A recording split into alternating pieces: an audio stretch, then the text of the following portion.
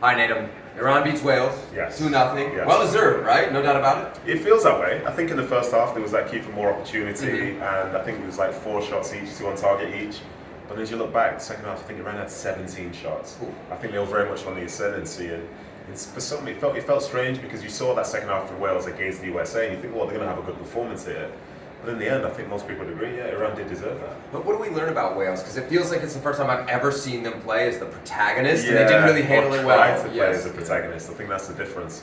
For me, when they want to try and move the ball well and sort of break plays through the lines and stuff like this, perhaps it doesn't really suit them. I think at times they're probably better when they're more of an underdog, and I think in this game, Iran played as the underdog.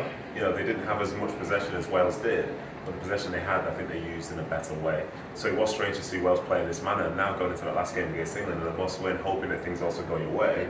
I know that's getting ahead of myself, because there's a small game today between the US and England, isn't there?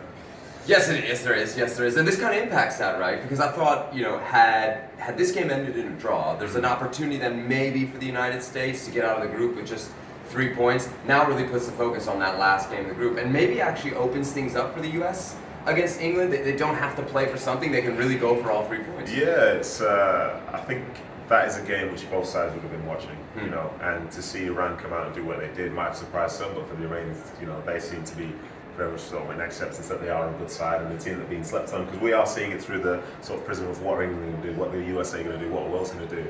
Well, look at that performance from Iran and just really wonder how they can sort of shake up the whole thing, because they're still going to play USA in the third game.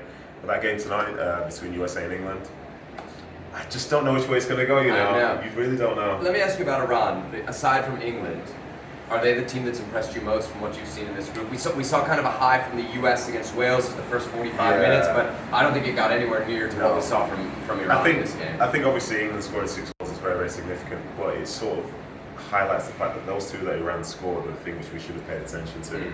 I think some people said England got sloppy, and to a certain extent maybe they did, but Iran still scored those 2, and they've scored another 2 today. So going into any game against them, you almost have to expect that they are going to score, because it's not just on the off chance. They create good opportunities. I think in the first half they had a goal disallowed as well. They moved the ball really well, and that second goal was so clinical. Hit them on the breaks, throw so many people forward, and they finished with a little dink.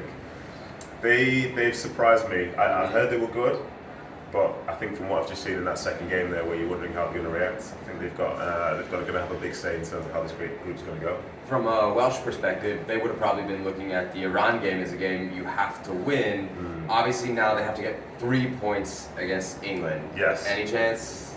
Listen, there's always a chance. Right. There's always a chance, but they're not going to be. But aside from that chance, is there a chance? I think, if you were to be a Welsh fan, you're probably hoping that the USA lose to England today, so that England approach that game against Wales knowing they've already qualified, and hope that, say, for those players, maybe for a split second, decide not to be as professional as they could be, as opposed to England needing a result going into the last match.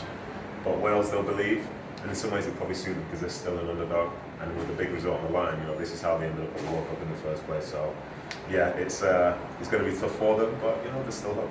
So there it is, Group B getting very, very interesting after Iran beats Wales 2-0.